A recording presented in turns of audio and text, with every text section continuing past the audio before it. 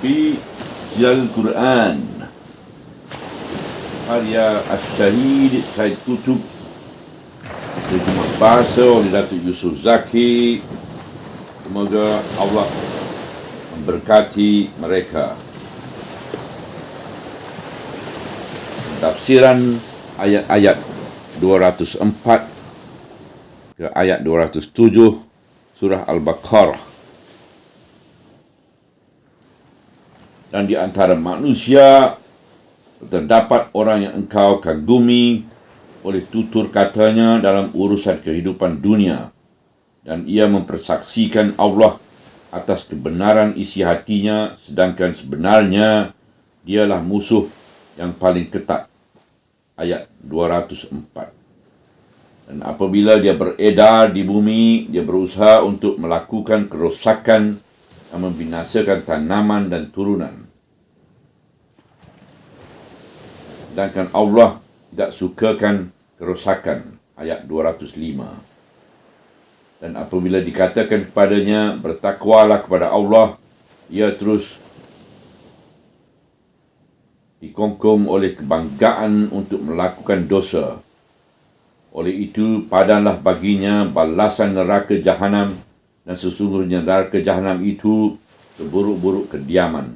Ayat 206. Dan ada di antara manusia orang yang sanggup menjualkan dirinya kerana mencari keredaan Allah, dan Allah itu Maha Penyayang terhadap sekalian hamba-Nya. Ayat 207. Inilah lukisan-lukisan yang menarik dari pena yang maha kreatif dalam menggambarkan sifat-sifat manusia. Lukisan-lukisan itu sendiri membayangkan bahawa ianya bukanlah sekali-kali terbit dari manusia, kerana lukisan-lukisan manusia tidak mungkin dapat menyelami dengan coretan-coretan sekelas ini. Ciri-ciri kepribadian contoh-contoh insan yang amat mendalam dengan begitu jelas dan sempurna. Setiap kalimah ayat ini serupa dengan satu coretan dari coretan-coretan lukisan dalam menggambarkan perwatakan-perwatakan dan membentukkan sifat-sifat dan rupa paras. Dan dalam masa yang pantas, gambar insan contoh itu terlukis seolah-olah seorang insan yang hidup dengan sifat-sifat saksiahnya yang jelas, sehingga anda dapat menuding kepadanya dan membezakannya di tengah-tengah jutaan individu insan yang lain, dan dapat mengatakan dengan tegas, inilah orang yang dimaksudkan oleh Al-Quran itu. Itulah proses penciptaan ilahi yang serupa dengan proses penciptaan ilahi yang lain yang muncul pada setiap detik dari kudrat Allah dalam alam makhluk hidup. Contoh insan yang berpura-pura. Orang yang bercakap dengan anda dan menggambarkan dirinya kepada anda sebagai orang yang sangat baik, sangat ikhlas dan jujur, sangat pengasih, bermaruah tinggi, sangat gemar memberi kebajikan, kebaktian, kebahagiaan dan kesucian kepada orang ramai. Inilah orang yang anda kagumi tutur katanya, kagumi kepetahan lidahnya, kagumi nada suaranya, dan kagumi pembicaraan-pembicaraannya tentang kebajikan dan kebaikan. Dan dia mempersaksikan Allah atas kebenaran isi hatinya. Untuk menguatkan lagi kesan dan saranan kata-katanya itu, dan untuk menekankan saranan keikhlasan dan kejujurannya, dan seterusnya untuk menonjol-nonjolkan takwa dan kasihnya kepada Allah. Sedangkan sebenarnya dialah yang musuh yang paling ketat. Ayat 204. Jiwanya penuh dengan gairah, perseteruan dan permusuhan. Ia tidak menampakkan sebarang bayang kasih mesra dan perasaan samahah, iaitu toleransi. Ia tidak menunjukkan sebarang ruang untuk kasih sayang dan kebajikan, untuk berbudi dan mementingkan kebajikan orang lain. Inilah orang yang zahirnya bertentangan dengan batinnya, rupanya berlainan dengan budinya. Inilah orang yang pintar berdusta dan memutarbelikkan, sehingga apabila tiba peranan bertindak, terbukalah tembelang budinya yang tersembunyi. Terdedahlah segala akhlaknya yang tertutup dan terpampanlah hakikat kejahatannya, kezalimannya, hasad dengkinya dan kerosakan akhlaknya. Dan apabila dia beredar di bumi, dia berusaha untuk melakukan kerosakan dan membinasakan tanaman dan turunan. Sedangkan Allah tidak sukakan kerosakan. Ayat 205. Ya, ini apabila dia bertindak ke arah kejahatan dan kerosakan dan bertindak kejam, kasar dan dengan dendam kesumat yang ketat. Ini tergambar dalam tindakan-tindakannya yang memusnahkan setiap yang hidup, iaitu membinasakan bumi yang menghasilkan tanaman, tumbuhan dan buah-buahan, dan memusnahkan turunan yang merupakan keseimbangan hidup manusia. Pemusnahan hayat seperti ini merupakan satu gambaran dari dendam kesumat, kejahatan, pengkhianatan dan kebejatan yang berkecamuk di dalam hati insan yang malang ini, yang selama ini tertutup dan ditabiri oleh kepintaran percakapannya, kelicinan sikap muka duanya, dan kepura-puraannya menunjukkan kebaikan, kebaktian, toleransi dan kebaikannya. Sedangkan Allah tidak sukakan kerosakan. Ayat 205. Dan tidak sukakan orang-orang yang melakukan kerosakan di bumi. Hakikat golongan orang-orang yang seperti ini tidak pernah terlindung kepada Allah. Dan Allah tidak pernah terkeliru dengan sikap muka dua mereka yang telah mengeliru manusia di dalam kehidupan dunia. Allah tidak pernah tertarik dengan kepintaran golongan orang-orang yang malang ini sebagaimana tertariknya manusia yang tertipu dengan keadaan-keadaan mereka yang lahir dan tidak mengetahui rahsia batin mereka yang sebenar. Kemudian ayat yang berikut terus menjelaskan gambaran lukisan itu dengan beberapa coretan yang lain lagi. Dan apabila dikatakan kepadanya, bertakwalah kepada Allah, ia terus dikongkong oleh kebanggaan untuk terus melakukan dosa.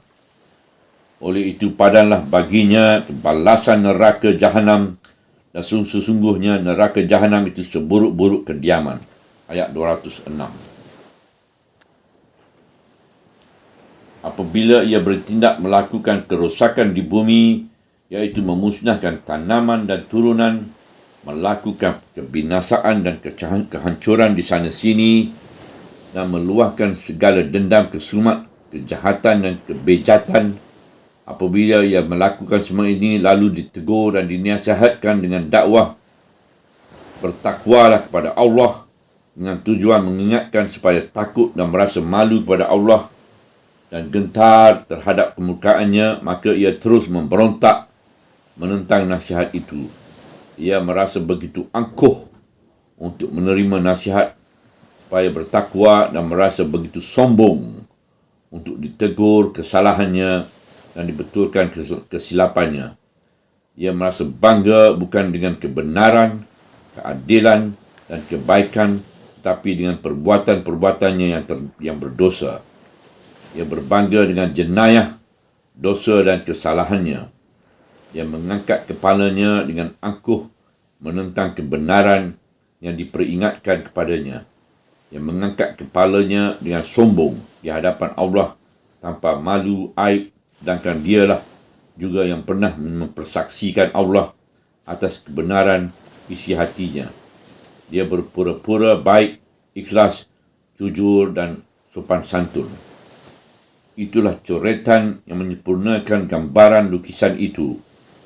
Ia membuat perwatakan orang ini bertambah terang dan jelas berbeza dan menjadikan lukisan ini seolah-olah hidup dan bergerak. Ia dapat berkata dengan pasti, inilah orang yang dimaksudkan oleh Al-Quran, dan anda dapat melihat orang itu berada di hadapan anda di dunia ini, sekarang dan pada bila-bila masa sahaja. untuk melawan sikap angkuh dan berbangga dengan dosa, untuk menentang perseteruan yang ketat, kerosakan yang kejam dan bejat, maka ayat yang berikut memberi tamparan yang sesuai dengan tabiat yang jahat itu. Oleh itu, padanlah baginya balasan neraka jahanam, dan sesungguhnya neraka jahanam itu seburuk-buruk kediaman. Ayat 206. Ya ini, padanlah orang itu dihumbankan ke dalam neraka, di mana bahan bakarnya ialah manusia dan bata-bata, itulah neraka jahanam. Dan batu bata, itulah neraka jahanam, tempat dihumbankan sekalian orang yang sesat dan sekalian bala tentera iblis. Itulah neraka hutama yang menjilat hati manusia. Itulah neraka jahanam yang membakar habis-habisan, tidak meninggal dan membiarkan selamat sesuatu apa. Itulah neraka jahanam yang hampir-hampir meledak pecah kerana terlalu panas, terlalu marah. Padanlah orang itu dibalas dengan neraka jahanam, seburuk-buruk tempat kediaman. Menyebut neraka sebagai tempat kediaman itu merupakan satu ejekan yang amat menghinakan. Alangkah malangnya orang yang ditempatkan di dalam neraka sebagai tempat kediamannya setelah ia menunjukkan sikap angkuh, sombong dan takbur. Itulah satu contoh manusia, dan di sana ada satu lagi contoh yang lain yang bertentangan dengannya. Dan ada di antara manusia orang yang sanggup menjualkan dirinya kerana mencari keredaan Allah, dan Allah itu Maha Penyayang terhadap sekalian hamba-Nya. Ayat 207. Ayat 207. Contoh insan yang beriman. Ya ini, ia sanggup menjualkan seluruh jiwa raganya kerana Allah. Ia sanggup menyerah seluruh jiwa raganya kepada Allah tanpa meninggalkan sebarang baki. Ia tidak mengharapkan sesuatu apa di sebaliknya selain dari keredaan Allah. Ia tidak memperolehi sesuatu apa dan mendapat sesuatu apa di sebaliknya. Ia menjualkan dirinya kepada Allah secara mutlak, tanpa ragu-ragu dan teragak-agak, dan tanpa menyimpan sebarang bakinya untuk yang lain dari Allah.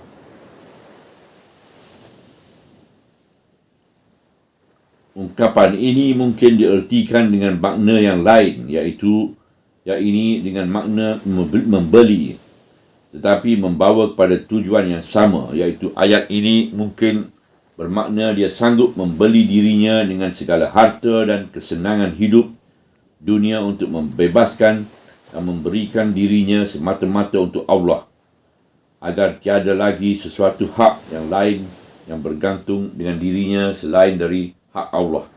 Ini dia sanggup mengorbankan segala harta dan kesenangan hidup dunia dan menyerahkan dirinya semata-mata untuk Allah. Di sana terdapat beberapa riwayat mengenai sebab nuzul ayat ini yang sesuai dengan pentafsiran yang akhir ini. Sebab nuzulnya ayat ini. Ujar Ibn Kathir dalam tafsirnya, ujar Ibn Abbas, Anas, Sa'id, Ibn Al-Musaid, Abu Usman Al-Nahdi, Ikrimah dan beberapa orang yang lain. Ayat ini diturun mengenai Syuhaib Ibn Sinan Ar-Rumi. Ceritanya begini, setelah dia memeluk Islam di Mekah dan mahu berhijrah ke Madinah, maka orang-orang Quraisy telah menahannya dari berhijrah ke Madinah dengan membawa harta kekayaannya. Andainya dia sanggup mengorbankan harta kekayaannya, barulah dapat ia berhijrah. Lalu dia membebaskan dirinya dari mereka dan memberikan semua harta kekayaannya kepada mereka. Kerana peristiwa inilah turunnya ayat ini. Kedatangannya disambut oleh Umar Ibn Khattab dengan satu rombongannya hingga ke perbatasan Al-Harat. Dan di sana mereka berkata kepadanya, "Beruntunglah perniagaan awak." Lalu dia pun berkata, "Kamu juga beruntung dan semoga Allah tidak merugikan perniagaan kamu." Tetapi apa ceritanya? Lalu mereka pun memberitahu bahawa Allah telah menurunkan ayat ini mengenai peristiwanya. Menurut satu riwayat yang lain, Rasulullah SAW telah berkata pada Syuaib, "Beruntunglah perniagaan Syuaib." Ujar